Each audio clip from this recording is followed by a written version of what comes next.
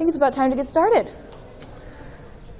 Hello, everyone. Welcome to Success, Adventures in Agile-ish Miscommunication. If I can advance the slides, it'll work better. There we go.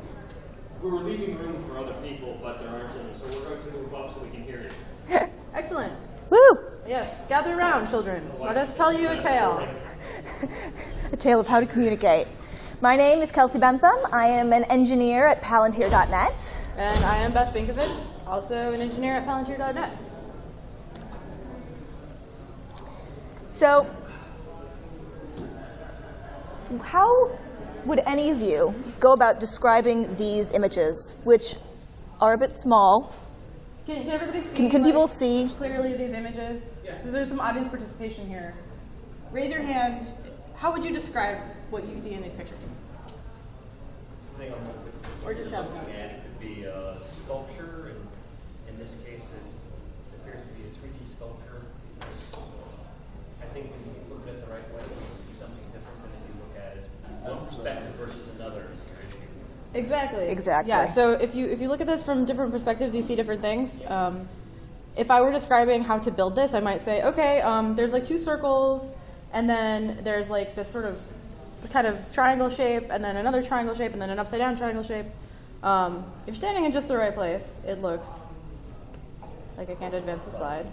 Whoa, what just happened? I think you just clicked on the image. I don't know how anything works. Technology's hard, guys. There we go. Sure. So that is what it looks like to the person who envisioned it, right? But if I had just described the individual pieces, you have no idea that it's actually supposed to look like a bicycle. So this is a talk about communication. And what needs to happen in order for you to be able to communicate what your needs are and how to get other people to understand what you're trying to do from your perspective. So you have to identify your audience, summarize a task that they need to do, include lots of context, and define what done is. So what is the state at which this thing is complete? So we start with identifying your audience, which are personas in Agile. They help to keep you focused on your users and not on the people building your project.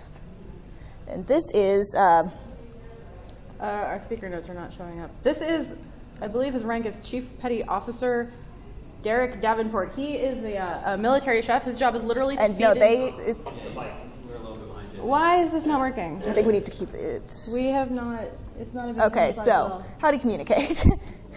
We're sorry, guys. Summarize the tasks that need to happen. Include context, define done. Identify your audience. There we go. There are our speaker notes. This is not a bicycle. This is Senior Chief Petty Officer in the U.S. Navy and one of 18 culinary specialists chosen to compete for the title of Armed Forces Chef of the Year. He is our persona. He's our user. We're going to design a product for this chef whose job it is to literally feed an army. Other examples of personas can be a prospective student, if you're a university website, logged in content editors, customers, a client app that gets content or feeds from your API, a forum poster, or a viewer of your website.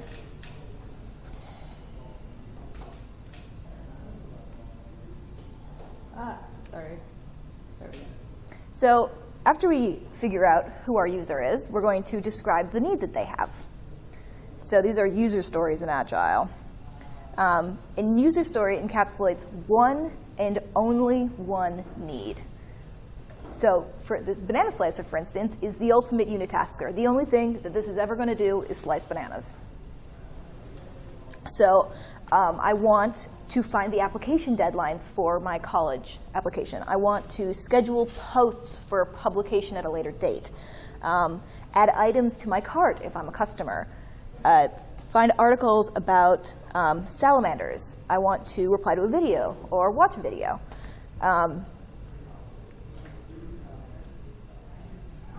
You want to do the audience participation part? Are you reading the speaker notes? Yes. Okay. So if we were going to describe, we have our user in mind, Officer Davenport, and if he needs to make a large quantity an army's worth of banana pies, how would we describe the user story that would, and the thing to emphasize here is that we're not describing the banana slicer, we're not imagining the solution, right, and then describing what it's going to be like. We're just, at this point, describing the need. He needs to slice a large quantity of bananas to make pie. So does anyone want to propose a user story for this problem space? Like, Are you referring to he needs to identify which recipe he's going to use, he needs to prepare ingredients? Even smaller than that. That very is simple. It's so obvious that you're probably like thinking it and skipping over it. This is the communication problem that a lot of people run into. Like they skip over communicating the really basic parts because they want to jump on to the next step. Yeah, they want to convey the larger image instead of the individual pieces. So anyone? Figure out how many people there are that he's going to feed. That's going. Yeah, how many people he needs to feed would affect the task. Figure out how many banana slices per pie. Okay, so if he knows that information because he's a chef, right? He's like, say I need to feed an army. He knows how many people. So his user story would be like, as this military chef, I need to produce, I don't know, 20,000 banana slices from bananas. Take the bananas, turn them into slices. That's the need. It's that simple. Very simple, very basic, one task. I keep hitting the wrong button. Sorry. Oop, hold up. Wait. Now go. So next, once you've described the need, you lose your cursor. You include context. So, why do we need these banana slices? We're making banana pie. So, if you want to find the application deadline on a university website, the reason that you want that is so that you can apply to the school. If you want to be able to put items in your cart if you're a customer, that is so you can purchase them. So this gives background info and it hints at next steps. It doesn't actually describe the next step, like some people were saying, like to make the crust or to count the number of people that need to be served. That is a different task, but it hints at the next step because if he says I need these slices to put on a pie, you know that it's you're not slicing them long ways for a banana split. And I hit the wrong button again. And so once we have our user, our need, and the context for that need, we also need to define when our banana slicer is done. And so for us, we know that we're done when we have a lot of evenly sliced circular slices of banana. So this sets the goalpost for when the need is fulfilled. It doesn't really matter what the banana slicer looks like as long as our need is satisfied with the requisite number of slices in approximately the right shape and size.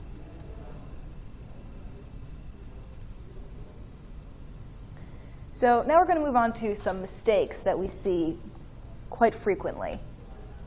So the types of mistakes you can make describing your project is misidentifying your audience, describing the wrong task or just part of the task, omitting context, and failing to define done.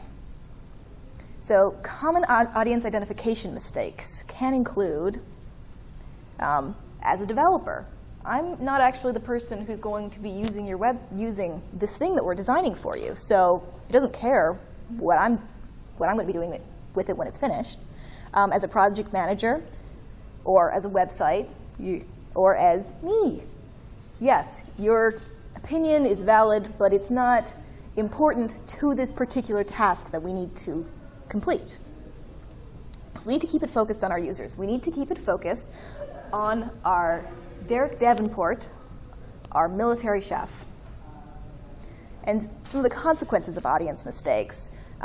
We get confused about whose need we're fulfilling. Scope becomes squishy. Unplanned features for unacknowledged users get thrown in. And 11th hour changes make your product very, very brittle, and the results meet the developer's needs, but not your user's needs. So while you will get sliced bananas, sort of, these aren't going to go on top of your pie. They're big, they're chunky, they're not what you were looking for. As a member of the board, I want to see something flashy so that I can show it off. This is the most common user story that we're ever asked to satisfy, and no one ever actually says it. Occasionally people do. Sometimes people actually say it. Usually they don't. Plan in advance how you're going to balance the user need with stakeholder desires, or you will get something completely different than what your users are expecting. Or your stakeholders, for that matter. Yeah. So we also have some common task description mistakes. I want sliced bananas. This doesn't provide us with enough information. A banana slicer that is titanium and handcrafted in Vermont. Then we're getting into implementation details. I want it to work like the picture. You would not believe how many times we've heard this. Your picture could mean any of 100 different things based on how we're interpreting it. And accessibility, which is a prerequisite and not a task, it's something that you need to keep an eye on throughout the entire project and not just for an individual task. And sliced bananas that are on a crust that is in a pie tin, which describes multiple behaviors and should be broken up into multiple user stories. And examples that we've seen in practice are like, I want a website that works. Oh, yeah, okay. Can clarify, please. Or people will ask for a specific JavaScript library without talking about what they really need it for. They like the demo. Or the features that they like about that JavaScript library. Yeah, so knowing that is helpful. Or a form for login that redirects me to my page and tells me when I last logged in and asks me to place a new order. That's not, like, the reason we chose the banana slicer as the thing to show is that's a unitasker. That does one thing. That is like, when I was thinking, what is just the most unitasky thing I can think of? That's what it was. That should be the emblem when you're describing a need of how singular and granular it should be. So like a just right task description for slicing bananas, for example, would be, as you know, the chef, I want to turn one banana into many half-inch thick circular slices. It's detailed, but not too technical. It's clear. It includes just enough to understand what he's going to do. So, consequences of the need description mistakes. These generally indicate a lack of vision about what the thing will actually do when you've completed this task. Your scope gets squishy. Work is often duplicated because you haven't clarified what needs to happen. And requirements fall through the cracks, which is sometimes awful. And product doesn't behave as expected and has missing parts. So while this banana has clearly been cut, but it's been cut into monster faces, which is not useful for creating banana pies. Very interesting, but not what we were looking for. So we have some common context clarification mistakes. No, so that at all, which is not good. Lack of context. Lack of context. So that I can have banana slices. Okay, we know you want banana slices, but what are you using those banana slices for? So that I can make my pie filling, which is its own separate thing. They indicate a lack of big picture cohesion. So when you're talking about your user stories, and in the previous slide I said you need to break it down to small individual needs, but you still need to know how those needs go together, so that you can, like, if I know that we're going to put these slices on top of the pie as decoration, that affects how they get sliced, as opposed to if they're just going to go in a blender and become part of the filling. So this affects the work. So consequences of your context clarification mistakes. They indicate a lack of clarity about how the tasks fit into the overall project. Confusion about how the needs are related to each other.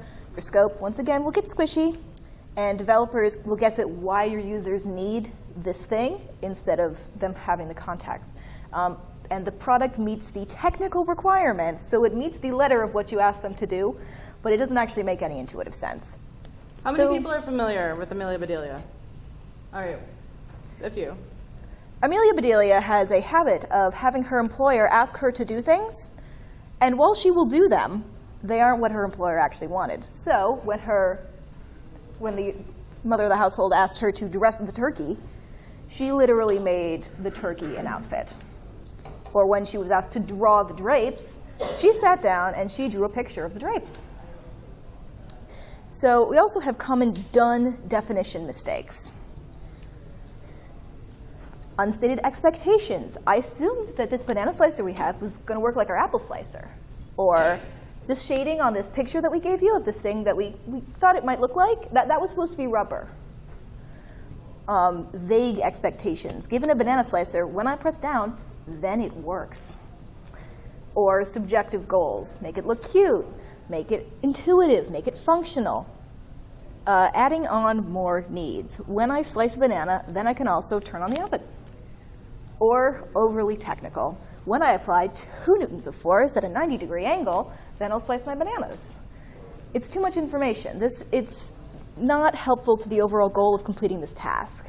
Yes, you will have to perform a certain amount of force to slice your bananas, and yes, it'll probably be at some sort of an angle, but it doesn't really matter in the context of making sure that all the bananas get sliced. Yeah, and the information might be useful as notes if it's somehow relevant to the way it gets constructed, but ultimately stuff like that is the stuff that you're hiring developers for. So you don't need to duplicate that work of like engineering the thing before you hand it to the engineers. Real world examples that we've seen, I assumed this would work like the same thing on our old site. Lots of I thought that everything from our old site was just going to be in the new site, but also more stuff. We built you a new one. It's different, and we did what you asked for, not what you imagined. Or obviously the shadow on the comp means there will be a pop-up on hover. A lot of people spend a lot of time with their designs and become very fluent in the language of the images, and then bring it to somebody who does not have that context. Given a website, when I do this task, whatever it is, when I log in, when I edit a post, then it works. Or when I log in, an HTTP request goes to an IP address, and then it generates a response. Yes, that is how the web works, but that's not helping me understand the architecture of your project. So it's kind of that space between imagining a need and actually engineering it is the gap that we're bridging. That's like a theme that we're constantly coming back to, is that you don't need to jump over that gap yourself. You just need to clarify your need to the people on the other side.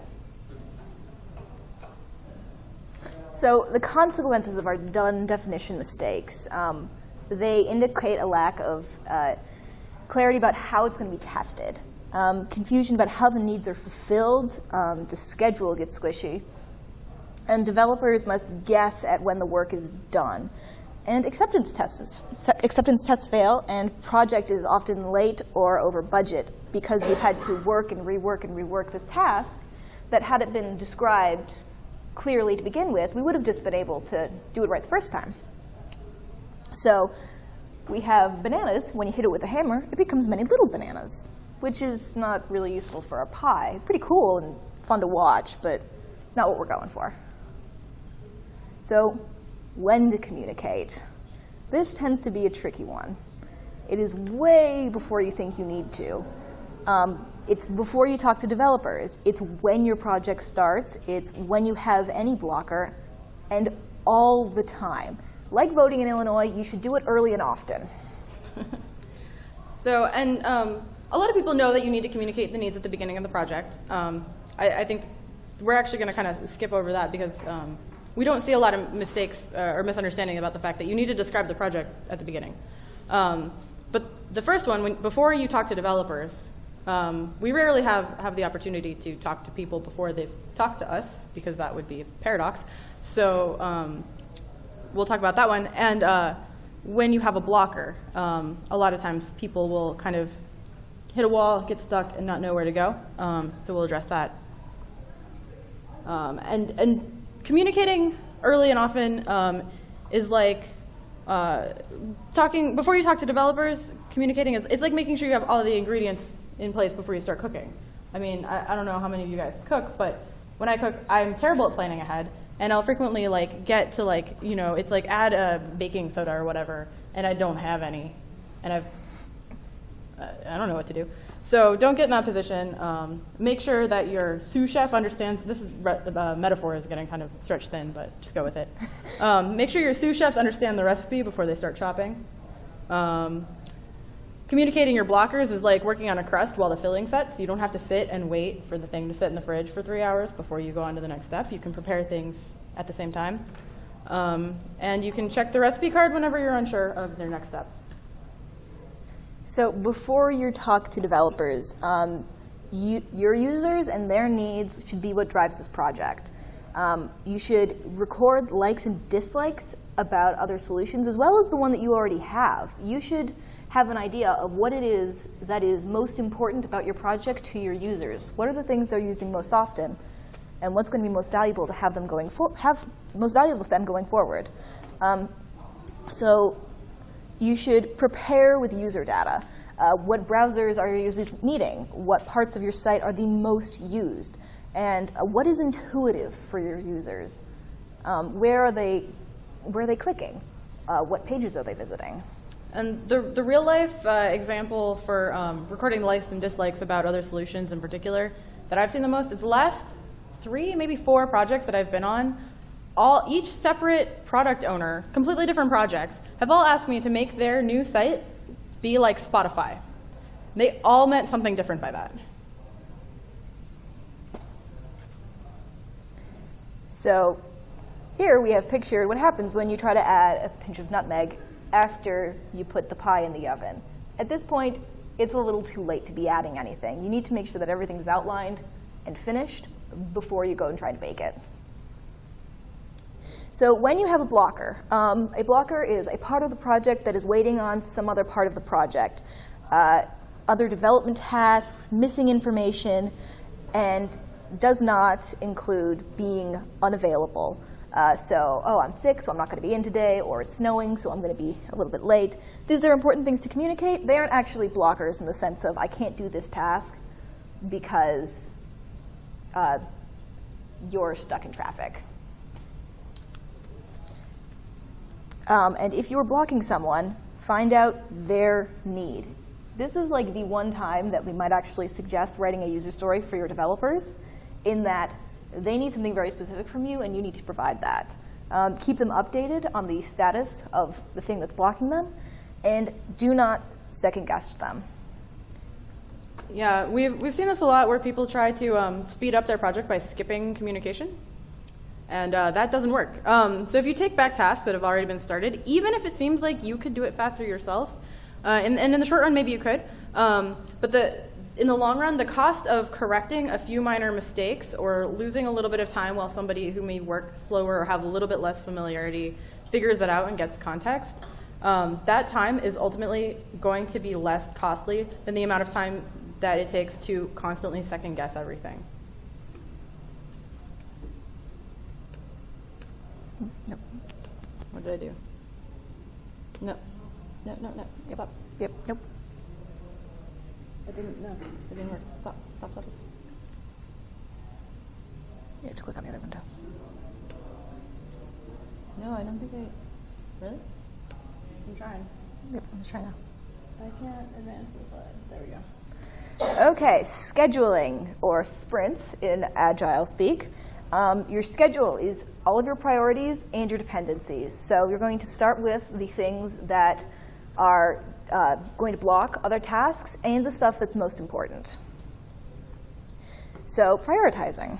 We're gonna talk about prioritizing because dependencies tend to be technical, or if you're waiting on another part of your organization to get back to you, usually there's not a whole lot you can do about that, so we skip that. We're jumping right into prioritizing. So first, when you're prioritizing, you need to think about who you're prioritizing. The end users, your admin users, the chairperson of the board of directors, and what are you prioritizing? Intuitiveness and simplicity, fanciness and slickness, or robustness and ease of maintenance. You can usually get 1 or 2 of these things, but it's not likely that you'll be able to get all. Is that non-advancing? There we go. Yeah, you won't usually be able to get all 3 of them, unfortunately. So sorting. After you decide who and what you're prioritizing, you want to sort all of your tasks into 2 categories: good enough and cool extras. Good enough is the stuff the bare minimum that you need for your site to be functional, for this thing to work. Cool extras is all the extra fancy stuff that would be really neat to have, but isn't 100% necessary. And the Agile speak terms for these would be MVP and backlog, right, if you're familiar with those terms. So prioritizing tasks. And for the record, this fancy GIF is just a GIF. It will continue to loop. It's not going to do much other than that. We recommend ordinal prioritization. So every single task is prioritized in relation to all the other tasks. So we have this task is the most important, so it's number 1, and then number 2, 3, 4, and continuing on, which helps you avoid the do everything first syndrome. All of these things are super important, and they need to happen right now, which isn't helpful. Clicking and dragging items into a list, like this GIF demonstrates, helps to enforce this policy of making sure that each task is prioritized in relation to the others. And if your task is not in your list of priorities, there is no way it's going to get done because nobody knows about it. Yeah, there are a lot of times that we've seen a list of 5 tasks, and people are like, okay, I'm going to prioritize these tasks. Number 1, that's important. Put that in the important bucket. Like we have 3 buckets, right? Important, and then like medium, and then like not important. So number 1, put it in the important bucket. Okay, now number 2, yeah, put that one in the important bucket. And 3, and you haven't prioritized anything. You just moved your list to another list. So making them say, okay, this one's first, and then this one's second, and this one's third. There's like literally no way, if you're clicking and dragging in a list like this, that you can put them all first. You can't do it. It won't let you. And reprioritizing, which is a very important part as the project goes on. It's like brushing your teeth. Doing it once is nowhere near enough. You need to be doing this on a regular basis. With each like unit of time that you're breaking up your project into, you should be reprioritizing the tasks to make sure that the priorities you set are still the priorities that these tasks are in. Yeah, and specifically whenever you get new requirements, right? If you get a new requirement, you have to place it in relation to all the other ones. But you don't want to do this on work that's already been started, obviously, but this is every time a new chunk of work is about to be begun, make sure that it's in the right spot on the list. Because project time is not development time, so if you have a certain number of hours with the company, only a little bit of that is going to be spent coding. A lot of that time is going to go towards communication, and the more you try to skimp on the communication, the more of your time it's going to take up. Yeah. Slide advancing? Yes. Good. Pictured here a product owner changing their mind about a feature.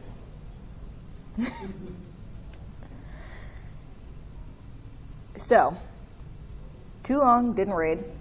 Always communicate your expectations and immediately and explicitly. If you don't, you're going to get a communication mismatch. And you're going to fall forward instead of back. And communication matters. You are going to save a lot of money in the long run if you can clearly describe what you need and why you need it. If you can't read that, he's saying there's always money in the banana stand. So if yeah, you can explain the if joke. Mr. Bluth Sr. here had in fact told Junior that there was literally money in the walls of the banana stand, he probably wouldn't have burned it down. Yeah, communication mistakes can be expensive. That is the takeaway. Thank you, everybody.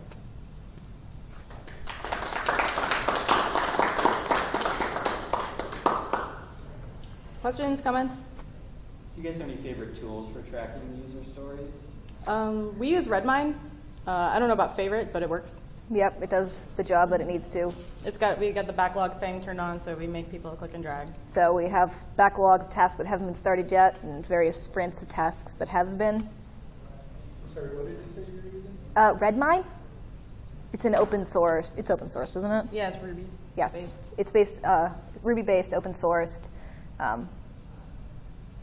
Anybody else have Task favorites or recommendations of task tracking, backlog management tools? I like using Trello. Trello? I looked at that. I don't think I've used it for a project, though. It's made by the creators of Stack Overflow. Cool. Let's take a look at Trello. Do you take user stories and use that, and use your workflow tie that to then quality assurance as well? Does testing link the user story to the test cases? Yeah. Yeah, the idea of done is what you should be using for QA. Obviously, you look at the user story to make sure that the actual context and needs are met, but you're going to go and you're going to test your thing, and you're going to base whether or not it passes your done requirements will determine whether or not it's going to pass QA. So what we do is we'll write a demo script at the beginning of a sprint, and it'll include all the things that the tasks that we're going to work on, and the instructions for how they'll be tested. And then the person who completes a ticket will, we do like code review this way too. So the person completing the ticket will submit their work just in their branch. Another engineer will follow those instructions, so those acceptance criteria, that done definition, those become the testing instructions for reviewing the functionality. And then once it's all together, then we demo at the end of a sprint. And usually we run through the demo first too for kind of a integration test. And then again, we use that set of instructions to demonstrate to the client that it's done. So it's super useful if they're well written. Yeah. You'll have all the information you need when you start your ticket if you have written a good user story and good acceptance criteria. I have no idea how we are on time because the schedule is completely mystifying to me. So, in your organization, who writes the user stories? Is it the sales project management? Is it developers? Is it a combination? the lead developer on the project will write the user stories with the product owner, ideally. Frequently, it just turns into engineers writing the user stories.